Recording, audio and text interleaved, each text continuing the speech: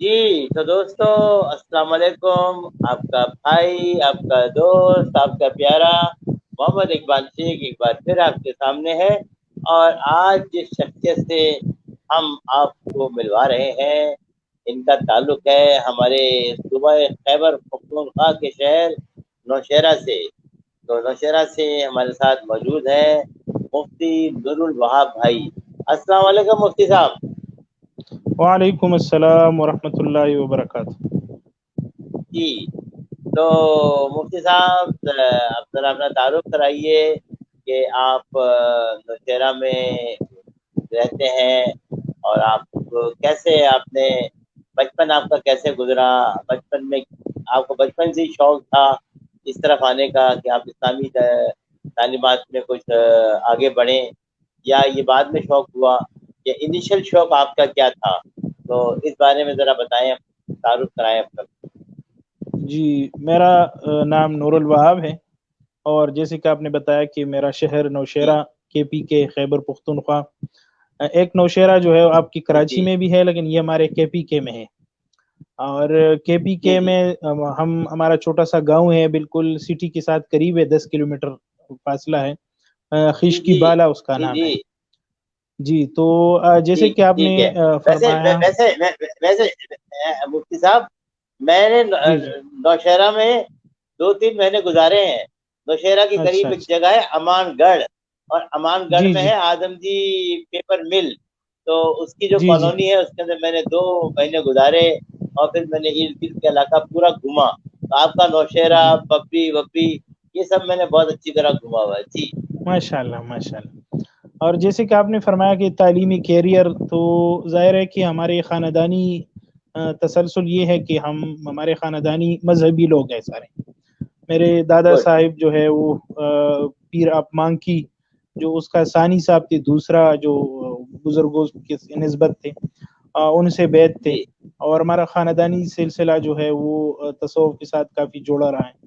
اور تو اس صحیح. وجہ سے جب میں زیادہ تر نوشہرہ کینٹ میں رہ چکا ہوں، یہ جو گڈ. بالکل مسجد اڈا ہے یہاں پہ رہ چکا ہوں کچھ وقت، تو 7-8 سال. اور پھر 10 سال میں بالکل نوشہرہ میں مسجد درزیان آگے بازار میں ایک مسجد ہے، اس میں رہ چکا ہوں. تو صحیح. تقریباً وہاں پر نوشہرہ کینٹ میں جو ہائی اسکول ہے وہاں سے میں نے میٹرک کی ہے، جی مردان جی بورڈ سے. اور مردان بورڈ سے جی پھر میں نے ایف آئی کی ہے. اور بی اے میں جی نے علامہ اقبال اوپن یونیورسٹی سے کی ہے. اور ابھی ماشاء باچا اللہ. خان یونیورسٹی چارسدہ سے ایم اے اسٹارٹ ہے. کیونکہ یہ اس طرح ہے کہ ہمارا جو علمی کیریئر ہے تو وہ اس میں جی کچھ وقت ادھر دیا، کچھ وقت ادھر دیا، تو دونوں ایک ساتھ جو ہے نا ہم نے شروع کیے، تو آگے پیچھے. اور یہ علمی کیریئر میرا ہے تو میرا نوشہرہ کینٹ میں بالکل، اگر مسجد تقویٰ بالکل روڈ کی قریب مسجد ہے، اس میں شیخ الحدیث مولانا حمید حمزہ صاحب سے جی میں نے دورہ حدیث تک مکمل کیا.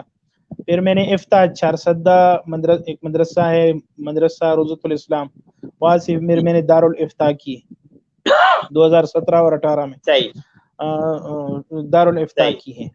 اور ابھی تقریباً صحیح. 2012 اور 13 سے میں آن لائن ٹیچنگ جی کا جو شعبہ ہے اس میں امریکہ، کینیڈا، آسٹریا، جی کوریا، جی. مختلف ممالکوں کے بچوں سے. آج کل جو میرے پاس ہے وہ تو زیادہ تر امریکہ کے ہیں اور کینیڈا کے بچے ہیں، دوسرے ممالکوں سے نہیں ہے. جی جی پہلے میں نے پڑھا ہے جی آسٹریا کے، کوریا کے، اور اس طرح جو ہے نا انگلینڈ کے بھی کچھ بچوں کو میں نے پڑھا ہے. اور ابھی جو میرے گڈ. پاس تقریباً وہاں کے بہت سے ایسے لوگ، بوڑھے آدمیوں نے جو ہے نا قرآن حکیم ختم کیے. ایک دفعہ کا جی. میں تھوڑا سا اس کا واقعہ اس لیے بتاتا ہوں کہ کوئی مجھے ہاں کہتا ہے ہاں کہ آپ ضرور. نے آن لائن میں کیا کیا ہے. تو میں کہتا ہوں کہ مجھے وہ وقت یاد ہے کہ ایک بوڑھا آدمی تھا، اس کے بچے بھی تھے، اس نے میرے ساتھ قرآن حکیم ناظرے پہ پڑھا. اور جب آخری جی دن وہ دعا کر رہے تھے ہم تو اتنا رویا کہ وہ رونا ابھی بھی میرے دل میں موجود ہے. اور میں اس سے کافی خوش ہو ہاں. جاتا ہوں کہ کوئی مجھ جی سے قرآن پڑھے اور پھر جو ہے نا وہ روئے. اور جب میں ان سے شکر. کبھی کبھار رابطہ بھی کرتا ہوں تو بڑی خوشی ہوتی ہے. یہ میرے لیے صحیح. اعزاز ہے. ہر انسان کی کچھ فیلنگ ہوتے ہیں نا کہ یار یہ میری زندگی کے ایک عجیب واقعہ ہے. تو میں کہتا ہوں یہ میری زندگی کا ایک عجیب واقعہ ہے کہ بڑی عمر کے آدمی اور بوڑھے آدمی نے میرے ساتھ قرآن ختم کر کے, اور وہ کافی جب روئے رہے تھے تو بالکل میں اس وقت جو یاد کرتا ہوں, کافی میرے وہ بیان کرنے کا وہ نہیں ہے جو میں بیان کر سکوں. جی جی, بڑی سعادت کی بات ہوتی ہے. ایک آدمی ساری زندگی اس نے قرآن نہیں پڑھا, پردیس میں رہتا ہو, لیکن اس کے دل میں خواہش تھی. لیکن یہ جو انٹرنیٹ کے طفیل, آپ نے پاکستان میں بیٹھ کے اس کو کینیڈا میں قرآن پڑھایا, تو جو اس کی دل کی خواہش تھی تو سکون ملا, اسے تو خوشی ہوئی, تو وہ تشکر کے اور وہ دعا کے آنسو تھے وہ. تو یہ بڑا زبردست کام ہو گیا. تو یہ آن لائن جو ہے, یہ آن لائن کی آپ کا کیسے خیال آیا کہ میں آن لائن سب کو پڑھاؤں, اور یہ آپ نے کہاں سے سیکھا سارا ٹیکنالوجی؟ کیونکہ جو ہمارے یہاں کی جو دینی شخصیات ہوتی ہیں وہ عموماً ٹیکنالوجی سے ذرا دور ہی بھاگتی ہیں. جی جی جی, یہ اصل میں میرے کچھ دوست تھے پنڈی میں, اور یہاں جب ہم نے دورہ حدیث مکمل کی 2012 میں, تو میں نے ان لوگوں کو کہا کہ یار یہ فیس بک اور یہ چیزیں تو ہم ایسے یوز کرتے ہیں, اس کا کوئی معنی مطلب نہیں ہے, تو ہم اس کو یوز اس لیے کریں تاکہ اس کا کوئی معنی مطلب نکلے. جیسے کہ آپ وہ ریحان اللہ والا اکثر کہتے ہیں, میں اس کا ویڈیو اکثر سنتا ہوں, کہتے ہیں کہ آپ اس سے استفادہ حاصل کریں نا. تو ابھی تو ظاہر ہے کہ اس کا تعارف تو پچھلی تقریباً لاک ڈاؤن میں ریحان اللہ والا کی سارا میں نے پڑھا ہے, لیکن یہ تو پچھلی 2012 کا میں وہ کہہ رہا ہوں کہ میرے ذہن میں یہ تھا کہ اس سے کچھ ہم فائدہ حاصل کریں, اس میں ہم کسی کو پڑھائے, کسی کو کیا کر. جب میں پنڈی چلا گیا تو پہلے تو میرا دل نہیں لگ رہا تھا کہ یار یہ ابھی میں کس طرح کروں, رات کا ٹائم اور ساری رات ہم نے وہاں پر جاگنا گزارنا ہوتا تھا, تو کافی مشکل ہوتا تھا کہ ساری رات جو ہے بیٹھ کے. اور تقریباً پھر میں نے 11 دن مسلسل, کبھی وہ مجھے ایک ٹیچر کے ساتھ بٹھا دیتے تھے, کبھی دوسرے ٹیچر کے ساتھ بٹھا دیتے تھے, کبھی مجھے کیا جو ہے اس طرح بیٹھ کے آپ اس سب کو دیکھا کرو. 11 دن کے بعد پھر ان لوگوں نے مجھے تقریباً 7-8 کلاسی دی کہ یار ابھی تم پڑھانا سٹارٹ کرو. تو وہاں پہ پنڈی میں 6 روڈ بڑا مشہور جگہ ہے, سیٹلائٹ پلازا, وہاں سے جو ہے نا دافعہ اکیڈمی, جو ابھی میرے یوٹیوب کا نام ہے دافعہ ٹی وی, اور میرا جو اسکائپ آئی ڈی ہے اس کا بھی dafia.teacher11 بھی میرا نام ہے. تو یہ اس نام سے میں جو ہے نا وہ کر رہا ہوں ابھی بھی. گڈ. تو ماشاء اللہ یوٹیوب چینل بھی ہے, بڑا اچھا لگ رہا ہے. مفتی صاحب ہیں, وہ دینی تعلیم پڑھاتے ہیں, قرآن حدیث کی تعلیم پڑھاتے ہیں, اور جناب ان کا یوٹیوب چینل بھی ہے, فیس بک پہ بھی ان کی آئی ڈی ہے. تو یہ بڑے زبردست ہے. اس طرح آپ کو دیکھ کے اور ہمارے دوست ہیں جو علمی شخصیات ہیں وہ بھی موٹیویٹ ہوں گی, وہ بھی اس طرف آئیں گی کہ یہ جو انٹرنیٹ کوئی بری چیز نہیں ہے, فیس بک بری چیز نہیں ہے, یوٹیوب بری چیز نہیں ہے, آپ کے استعمال پہ ہے. آپ کس طرح اس کو استعمال کرتے ہیں. جس طرح چھری ہوتی ہے وہ اچھی بھی ہے بری بھی ہے. اگر آپ کھانے پکانے کی گوشت کاٹنے میں کچن میں استعمال کریں گے تو اچھی چیز ہے, اگر آپ کسی کے پیٹ میں گھونپ دیں گے تو بری چیز ہو جاتی ہے. تو دنیا میں کوئی بھی چیز ہوتی ہے, جی دنیا میں کوئی بھی چیز اچھی نہیں ہوتی, کوئی چیز بری نہیں ہوتی. یہ انسان پہ ہے کہ اس کا وہ استعمال کس طرح کرتا ہے. جس طرح کہ آپ جیسے ٹیلی ویژن ہے, ٹیلی ویژن پہ مختلف چینل ہے, لیکن 1-2 چینل ایسے ہیں جو دینی تعلیم صرف دینی تعلیم دیتے ہیں, وہاں کوئی اشتہار بھی نہیں چلتا. تو یہ ان کے استعمال کے اوپر ڈیپینڈ کرتا ہے.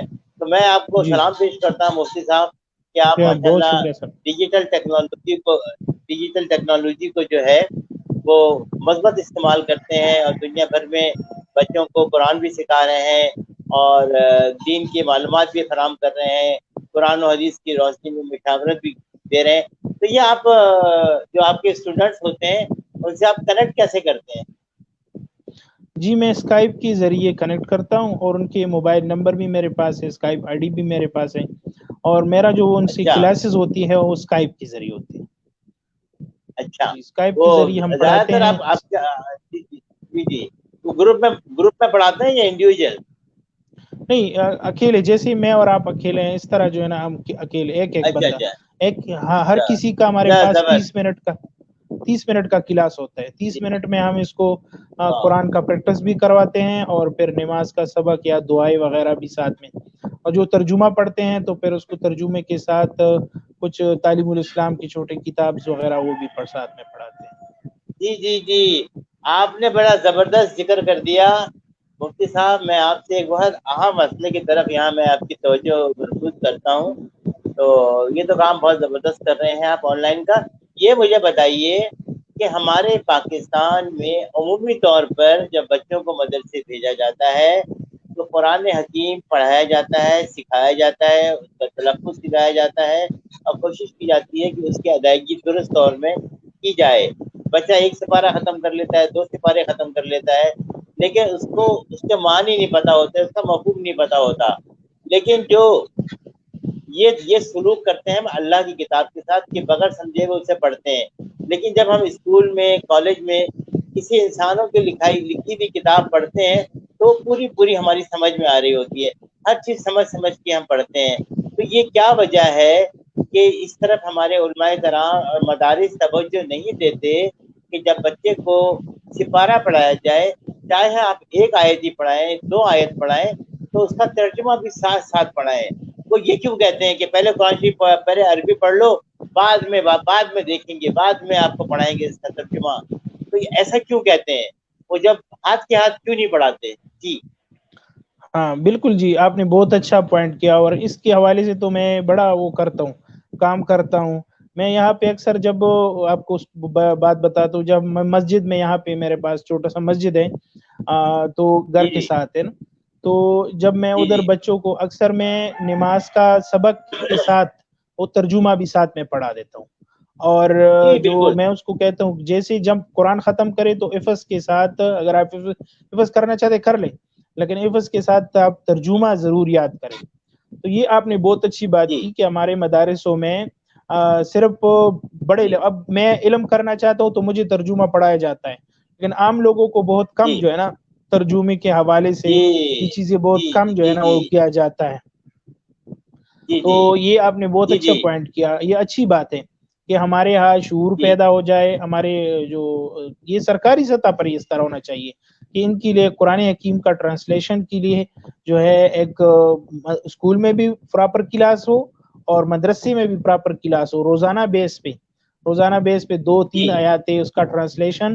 اور پھر اس کا طریقہ کار تو یہ ہونا چاہیے کہ اب جب یہ 3 آیاتیں اس نے پڑھی، 2 آیاتیں پڑھی، تو بھئی اس کا کیا مطلب نکلتا ہے، تھوڑا آپ سوچیں، غور کریں اس پہ. جی جب آپ سوچیں جی گے، جی غور کریں گے نا، تو اس کی نالج بڑھے گا زیادہ تر. اور اس طرح تو نہیں ہے جی کہ ہمارے ہاں تو ہمارے یہاں جو ہم لوگوں نے ہمارے مذہبی لوگوں کو بند کیا ہوتا ہے کہ بھئی ہوں فلاں کتاب مت پڑھو، فلاں تفسیر مت پڑھو. مجھے جب بھی کوئی کہتا ہے تو مجھے بڑا غصہ آتا ہے. میں نے کہا کیوں نہیں پڑھو، لیکن آپ پڑھو اور خود انالائسس کرو کہ بھئی کیا چیز غلط ہے، کیا صحیح ہے.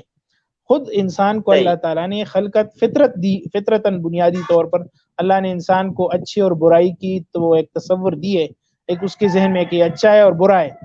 اب تو جب وہ انسان پاگل ہوتا ہے کہ وہ نہیں جانتا کہ برا کیا ہے، سچ کیا ہے.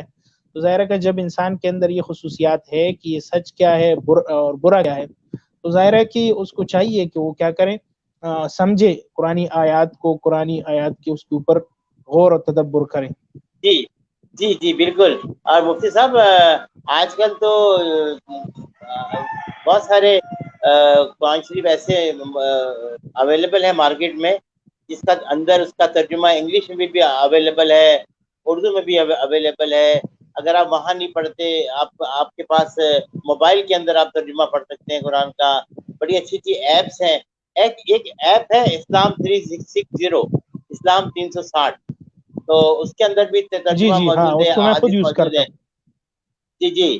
تو اس لوگوں کو چاہیے کہ وہ مدرسے میں جائیں، یقیناً وہ حفظ کر لیں، اور اس کے بعد اپنے گھر میں آ کے یا تو ترجمے والے قرآن شریف میں سے اس کو مطلب پڑھیں اور اس کا ترجمہ اپنے ذہن نشین کریں کہ آخر ہم نے پڑھا کیا ہے. اور بالکل ہم بالکل جو نماز پڑھتے ہیں، نماز کے اندر خشوع اور خضوع اسی وقت پیدا ہو سکتا ہے جب ہمارے ذہنوں میں یہ چیز محفوظ ہو، اس کا مفہوم محفوظ ہو، اس کا ترجمہ ہمیں پتہ ہو. اسلام جو بالکل ہم نماز میں سورہ فاتحہ پڑھتے ہیں اور قل هو اللہ احد پڑھتے ہیں اور اس کے علاوہ تحیات پڑھتے ہیں یا درود پڑھتے ہیں، تو جب تک ہمیں اس کا معنی نہیں پتہ ہوں گے، ہمارے اندر وہ کیفیت پیدا نہیں ہوگی وہ خوش و خضو پیدا نہیں ہوگا جو مانے جاننے کے بعد آتے ہیں. تو میں آج آپ کے توسط سے اپنے تمام میرے جو قاری صاحبان ہیں اور جو حفاظ کرام ہیں اور جو مدارس کے جو مینجمنٹ کو کہوں گا کہ بھائی وہ جو بھی چیز پڑھائیں اور حفظ کرائیں وہ ترجمے والے قرآن کے ساتھ کرائیں, تاکہ ہمارے جو نوجوان دوست ہیں وہ حفظ بھی کر لیں اور اس کا مفہوم بھی ان کے ذہن میں نقش ہو جائے, تاکہ ان کی دیکھیں نا وہ اسلام کیا ہے, وے آف لائف ہے, یہ زندگی گزارنے کا ایک طریقہ ہے. آپ نے پورا قرآن یاد تو کر لیا زبانی, ٹھیک ہے, اللہ نے اس میں کیا کیا ہمیں بتایا ہے, کیا کیا سکھایا ہے, کن چیزوں سے منع کیا, کن چیزوں کی کام کرنے کی ہدایت دی, وہ ہمیں پتہ ہی نہیں چلا, اور زبانی ہم نے یاد کیا ہوا ہے. تو اس کی یہ اسلام کی اور قرآن کی روح کے خلاف ہے کہ اس کو بغیر سمجھے ہوئے پڑھا جائے, اس کو پڑھا بھی جائے, سمجھا بھی جائے, اور پھر عمل بھی کیا جائے. اگر ہم سب اسلام کو اپنا قرآن کو محور بنا لیں اپنی زندگی کا, اور قرآن کو سمجھ کر پڑھیں اور عمل کریں, تو ہمارا پورا معاشرہ تبدیل ہو جائے. کیونکہ وہ مفتی صاحب میں نے صحیح کہا. بالکل سر, اور آپ نے ایک اچھا پوائنٹ کیا کہ یار یہ قرآن حکیم کو ہمیں غور کر کے اس کی آیاتوں کے اوپر توجہ کر کے جو ہے نا پڑھنا چاہیے. بہت اچھی بات ہے آپ نے. اور یہ جیسے کہ آپ نے کہا نا دین, اب دین کیا ہے؟ یہ دین, اس کو ہم اردو میں اس دین کو کہتے ہیں نظام, اور اس کو انگلش میں کہتے ہیں سسٹم. تو دیکھو نا, جب سسٹم ہمیں سمجھ آتی ہے, اور جب ہم دین بولتے ہیں تو پھر ہمیں نہیں دین. اب سسٹم کیا ہوتا ہے؟ سسٹم یہ ہوتا ہے کہ جس ادارہ جاتی تمام جو ادارے ہوتے ہیں اس کو چلنے کا نام جو ہے نا سسٹم ہوتا ہے نا. نظام کیا ہے؟ جس کے اندر تمام ادارے ہیں اور وہ ادارے اپنا اپنے کام اپنی حدود تک رہتے ہوئے کام کرتے ہیں. تو دین کے اندر نماز کا اپنا نظام ہے, عبادات کا اپنا نظام ہے, معاملات کا اپنا نظام ہے. اس طرح جو ہے نا پھر دین کے اندر مختلف شعبجات ہیں, وہ سارے جو ہے نا اسی طرح دین کے اندر رہتی ہوئی چلتے ہیں. صحیح ہے. اب آئیے ہمارے ریحان اللہ والا بھائی کی طرف. تو یہ ہمارے ریحان اللہ والا بھائی کہتے ہیں ساری دنیا کے ساتھ کنیکٹ ہو جاؤ, اور آپ تو ماشاءاللہ کنیکٹ ہو گئے ہیں. اب پھر وہ یہ کہتے ہیں کہ میرے 5000 دوستوں میں سے 500 دوستوں کے ساتھ دوستی کر لو. تو آپ بھی ان کے دوستوں کے ساتھ دوستی کر رہے ہیں, ان سے بات چیت کر رہے ہیں. آپ کو دو فائدے ہوں گے. آپ کی دوستی ہوگی, آپ کا ذہن روشن ہوگا, آپ کو پتہ چلے گا کہ جو فرسٹ ورلڈ ہے وہ کہاں جا رہی ہے, باقی دنیا کیا سوچ رہی ہے. تو ایک تو آپ سے ان کی دوستی ہوگی, پھر آپ اپنی علمی باتوں سے ان کی ذہن سازی کر سکیں گے, ان کی گرومنگ کر سکیں گے. تو آپ ان کے دوستوں سے دوستی کر رہے ہیں. جی انشاءاللہ. یہ ابھی انشاءاللہ آج 6 بجے میں اس سسٹم پہ ایک دوست کے ساتھ جو ہے نا ایک ٹاپک سیرت کے متعلق, آپ صلی اللہ علیہ وسلم کی مکی زندگی اور مدنی زندگی کے حوالے سے ان کے کیا اصول تھے, مدنی میں کیا اصول تھے, مکے میں کیا اصول تھے, ان کے حوالے سے میرا کلاس اس پہ میں نے رکھی ہوئی ایک دوست کے ساتھ. اور ریحان اللہ والا کو تو نہیں جانتا, لیکن اس کو پھر میں انشاءاللہ لاسٹ میں اس کو تعریف جو ہے نا کروں گا پورا. صحیح ہے. اچھا مجھے یہ بتائیے کہ یہ ریحان اللہ والا بھائی نے یہ انٹرویو کا سلسلہ شروع کیا ہے کہ سب دوستوں کے انٹرویو کرو, ان کا تعارف کراؤ, دنیا سے ملاؤ, ان سے بات چیت کرو, ان سے دوستی کرو, ان سے سیکھو, کچھ ان کو بتاؤ. تو یہ سارا سلسلہ ریحان اللہ والا بھائی کا آپ کو کیسا لگتا ہے؟ یہ تو دیکھو انسان جو ہے نا, اب میرا فیلڈ ہے مذہبی, ٹھیک ہے, میں اکثر جو ہے نا بچوں کو پڑھانا, قرآن سکھانا, اور اس طرح ان معاملات کے ساتھ پڑھنے پڑھانے کے ساتھ میں ٹچ ہوں. ٹھیک ہے, آپ کسی اور فیلڈ کے ساتھ ٹچ ہیں.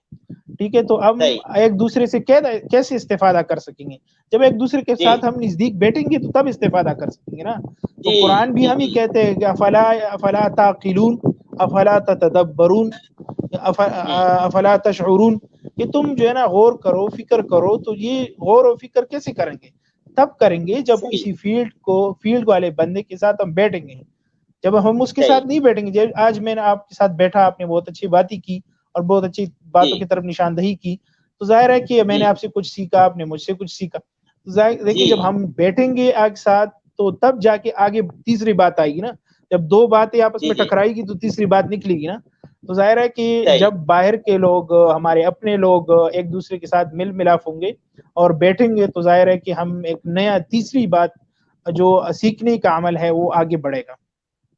صحیح. جی اچھا مفتی صاحب یہ بتائیے کہ ہمارے یہاں عموماً جو پیرنٹس ہوتے ہیں، والدین ہوتے ہیں، اور خاص طور سے جو ہمارے بلوچستان اور صوبہ خیبر پختونخوا میں تو وہ زیادہ کیونکہ مذہبی رجحان ہوتا ہے اور تاثر یہ ہے کہ موبائل اچھی چیز نہیں ہے، بچوں کو نہیں دینا چاہیے. تو آپ اس سلسلے میں کیا کہتے ہیں کہ بچوں کو موبائل اور کمپیوٹر دینا چاہیے تاکہ وہ یوٹیوب پہ گوگل پہ جا کے اچھی اچھی چیزیں سیکھ سکیں، لیکن پیرنٹس کو چاہیے یہ سب چیزیں ان کو دیں مگر نگرانی رکھیں اس کے اوپر، اپنی نگرانی جی میں جی ساری چیزیں ان سے استعمال کروائیں. تو آپ کیا جی کہیں گے جی کہ بچوں کو موبائل دینا چاہیے؟ جی میں تو کہتا ہوں کہ جو یوٹیوب ہے خصوصاً یہ تو ایک ٹیچر جی ہے. آپ جی کل کل جو میں نے کچھ جو ہے نا کچھ چیزیں سیکھنے کے لیے میں کچھ اصول دیکھنے کے لیے کہ بھئی اصول احادیث جو ہے وہ ایم اے کے پیپر میں آئیں گے تو کیا کیا آئیں گے، تو میں نے یوٹیوب پہ جا کے سرچ کر دیا تو کئی ویڈیوز مجھے صحیح. ملے. اب میں جی کسی ٹیچر جی. کے پاس تو نہیں گیا نا، میں گھر میں بیٹھ کے ہوں. اپنا یوٹیوب استعمال کر کے اپنی یوٹیوب کے اندر میں نے چیزیں لکھ دی کہ بھئی ایم اے کے فرسٹ سیمسٹر اصول احادیث میں کیا آئے گا. تو ظاہر ہے کہ وہ سامنے کچھ ویڈیوز آئے، میں نے اس کو دیکھے اور اس سے سیکھ لیا کہ بھئی یہ چیزیں اس طرح ہوگا. ٹھیک ہے، نیٹ پہ بیٹھ کے میں نے پوری باچا خان یونیورسٹی کی سرچ کی کہ باچا خان یونیورسٹی میں کیا ہے، اس طرح نیٹ پہ بیٹھ کے. تو ایک ٹیچر ہے تب جی یہ ٹیچر ہاں یوٹیوب جی YouTube is a university free of cost, اور کوئی ٹائمنگ نہیں ہے. جب آپ کے پاس ٹائم ہو آپ اپنی یونیورسٹی میں جائیں اور فری میں جو چیز چاہے پڑھیں. جی جی جی بالکل. تو میں تو کہتا ہوں کہ بچوں کو موبائل دینا چاہیے، لیکن جیسے کہ آپ نے جی کہا نگرانی رکھے، تو یہی بات ہے کہ ان کے اوپر نگرانی جی رکھے اور ان کو خود جا کے جو اچھی چیزیں ہیں وہ ڈاؤن لوڈ کر کے اس کو دکھائیں. کل میں نے بچوں کو جو کلمے تھے، فرسٹ کلمہ سیکنڈ کلمہ، تو میں نے جی فرسٹ جی کلمہ نکال کے وہ اپنے بچوں کے سامنے لگایا تو وہ دیکھ رہے تھے. پہلا کلمہ جی جی طیب اس طرح جو ہے نا وہ پڑھ رہے تھے. تو ظاہر ہے کہ آپ اچھی چیزیں نکالیں، سیکھنے والی جی چیزیں نکالیں اور بچوں کو جو کے سامنے رکھیں. یہ ضروری ہے، یہ آج کی دور کا تقاضا ہے. ٹھیک ہے، اور آج کے جی دور میں رہتے ہوئے آپ نے یہ چیزیں اگر نہیں سیکھیں گے تو آپ پیچھے رہ جائیں گے. اور میں جی آپ کو ایک بالکل. حوالہ دوں کہ ہمارے اکابرین جو ہے نا اس میں امام انقلاب مولانا عبید اللہ سندھی، آپ کی سندھ کے رہنے والے تھے، جی وہ جی جی بڑے بزرگ گزرے ہیں. شاید جی آپ نے جی نام بھی سنا ہوگا، سندھی صاحب رحمۃ بالکل اللہ علیہ. بالکل ہاں بالکل سنا اس ہے. کے جی اس کی کتاب ہے، اس کی کتاب میں مقامات ملفوظات اس کا نام ہے. جی اس کی ملفوظات یعنی جی اس کی اسپیچ اس میں ہے. تو اس میں اس نے جی لکھا ہے کہ اگر ہم دنیا سے نہیں سیکھیں گے تو ہم اچوت جی قوموں میں شمار ہو جائیں گے، یعنی تیسرے والے قوموں جی میں، نچلے والے جی قوموں جی میں ہم شمار ہو جائیں گے اگر ہم نہیں سیکھیں گے. قوموں سے نہیں صحیح. سیکھیں گے، دنیا سے نہیں سیکھیں گے تو ہم نیچے لوگوں میں شمار ہو جائیں گے. تو جی یہ سیکھنے کا جو ہاں عمل ہے جی وہ جی اس ہمیں میڈیا کے اوپر اور انٹرنیٹ میڈیا کے اوپر ہم سیکھ سکیں گے. جی ہمیں دنیا جی کے ساتھ چلنا ہوگا. ایک زمانہ جی جی تھا کہ یہ جو قلم دوات تختی، علم حاصل جی کرنے کے لیے قلم دوات تختی چاہیے ہوتی تھی. اس کے بعد قلم پینسل اور کاغذ کا دور آ گیا، ہم اس کے ذریعے علم حاصل کر لے. اب میں تمام جو ہمارے والدین ہیں اور بڑے لوگوں کو اور بزرگوں کو یہی کہوں گا، اب یہ نیا دور ہے، دس از ڈیجیٹل ایرا. یہ ڈیجیٹل دور ہے، اس میں سیکھنے کے لیے اور پڑھنے کے لیے آپ کو موبائل کی ضرورت ہے، آپ کو کمپیوٹر کی ضرورت ہے، آپ کو انٹرنیٹ کی ضرورت ہے. قلم پینسل کاغذ اگر نہ بھی ہو تو بھی آپ علم حاصل کر سکتے ہیں، بالکل ویڈیو کے ذریعے حاصل کر سکتے ہیں، آڈیو موجود ہے، آپ سن کے آڈیو میں سن سکتے ہیں، کتابوں کی کتابیں آڈیو موجود ہے، ویڈیو موجود ہے. اتنی آسانی ہے، آپ نے کچھ نہیں کرنا. اپنے موبائل کے اندر آپ نے خالی لکھنا ہے یا اس نے بول دینا ہے جو بھی چیز آپ نے ڈھونڈنی ہو، تو وائس کے ذریعے بھی آپ چیزیں ڈھونڈ سکتے ہیں. تو جی بہت ہی زبردست ہے. اور مفتی صاحب یہ ہمیں بات کرتے ہوئے کتنی دیر ہو گئی ہے، ذرا وقت کا اندازہ نہیں ہو رہا، مجھے بتائیں ذرا دیکھ کے. تقریباً 20 منٹ تو ہو گئے، اس طرح کچھ 10 منٹ کے اوپر 20 منٹ ہو گئے. 20 منٹ ہو گئے.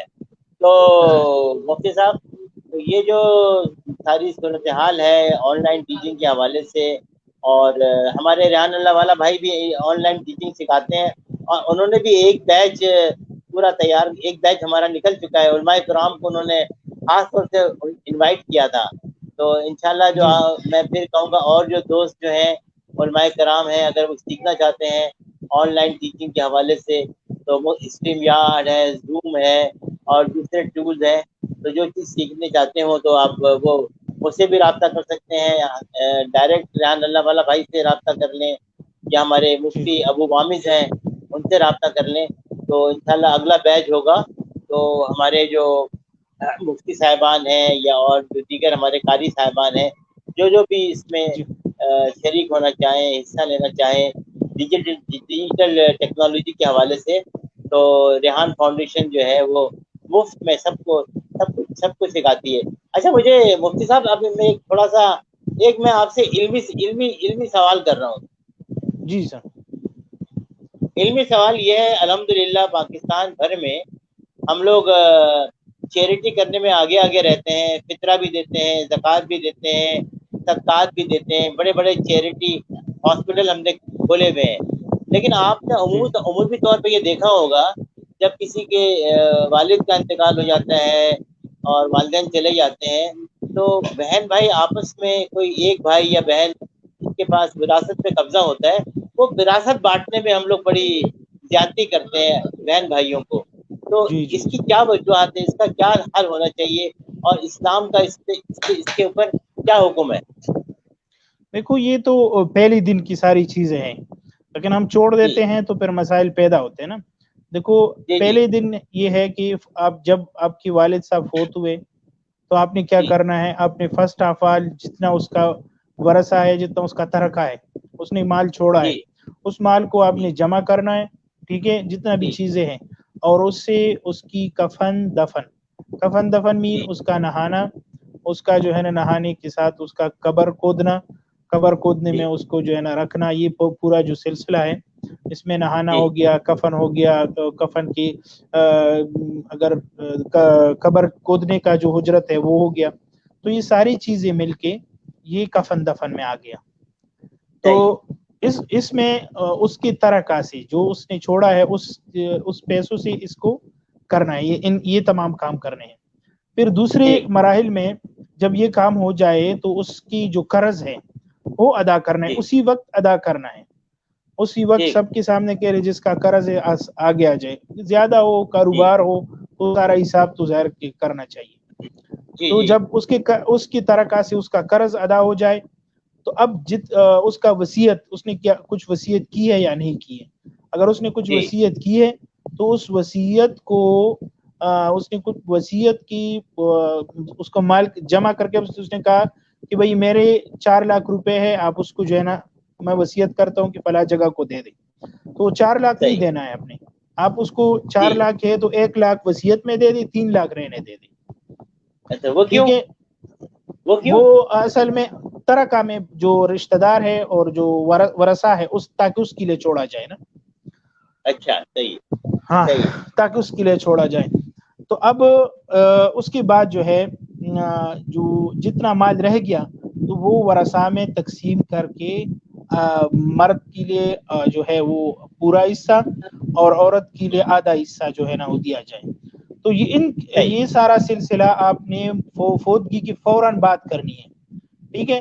ہمارے ہاں کیا ہوتا ہے، ہمارے ہاں جو ہے نا ایک قبضہ کر لیتا ہے اور جو ہے نا اس کو اس طرح جو ہے نا باقی سارے اس کو اس طرح چھوڑ دیتے ہیں. وہ تقسیم کا جو عمل ہے وہ فوراً نہیں ہوتا، اور ہمارے ہاں لوگ بھی جو ہے نا اس کو رہنے دیتے ہیں. تو یہ چیز نہیں ہونی چاہیے، بلکہ جو ترکہ ہے اس کو اس طریقے کے ساتھ پہلے اس کا کفن دفن ہونا چاہیے، پھر اس کا جو قرض ہے وہ پورا کرنا چاہیے، پھر اس نے جو وصیت کی ہے وہ وصیت دینا چاہیے، پھر وصیت کے بعد جو اس کا ورثہ ہے اس میں ورثاؤں کو تقسیم جو ہے نا وہ کرنا چاہیے. تو یہ جو 4 طریقوں کے ساتھ اس مال کو تقسیم کار یہ شریعت نے بتایا ہے. اب اگر ہم شریعت کے مطابق نہیں کریں گے تو ظاہر ہے کہ یہ تو غلطی پھر ہماری آئے گی. اور میں تو کہتا ہوں کہ اس کے لیے پراپر سسٹم ہونا چاہیے تاکہ اس سسٹم کے اندر رہتی ہوئی یہ لوگ جو ہے نا اس طرح غلطی نہ کر سکیں. کہ پورا سسٹم بناؤ اس کے لیے اور جو ہے، اور یہ گاؤں کی سطح پر شہری سطح پر ایک نظام بنانا چاہیے تاکہ جو بھی والدین فوت ہو اس کی تقسیم کار وہ صحیح طریقے کے ساتھ ہو سکے. صحیح. آپ نے بہت خوبصورتی کے ساتھ موضوع کا احاطہ کیا. مفتی صاحب بہت بہت شکریہ آپ کا. اور انشاءاللہ آپ کے ساتھ اور نشستیں بھی ہوں گی. ہم علمی نوعیت کی آپ کے ساتھ نشست کریں گے. آج تو کچھ تعارف ہوتا رہا, کچھ آن لائن کے بارے میں باتیں ہوئی, تو آئندہ کبھی موقع ملے گا تو ہم آپ سے علمی نوعیت کی گفتگو کریں گے مکمل طور سے. اور آپ کا بہت بہت شکریہ, آپ نے وقت نکالا اور اتنی اچھی اچھی باتیں ہمیں بتائیں اور یوتھ کو موٹیویٹ بھی کیا. اپنے جو ساتھی حضرات ہیں, علماء کرام ہیں, ان کو بھی آپ نے موٹیویٹ کیا, ان کو بھی آپ نے ایک روشنی دکھائی. امید ہے سارے دوست جو ہیں آپ کا جو دیکھیں گے انٹرویو اس سے بہت فائدہ اٹھائیں گے. مفتی صاحب اللہ آپ کو بہت خوش رکھے, دین و دنیا کی دولت سے مالا مال کرے, اور میری آپ کی زندگی میں آنے والا ہر لمحہ خوشیوں سے بھرپور ہو. السلام علیکم ورحمۃ اللہ وبرکاتہ. وعلیکم السلام ورحمۃ اللہ وبرکاتہ.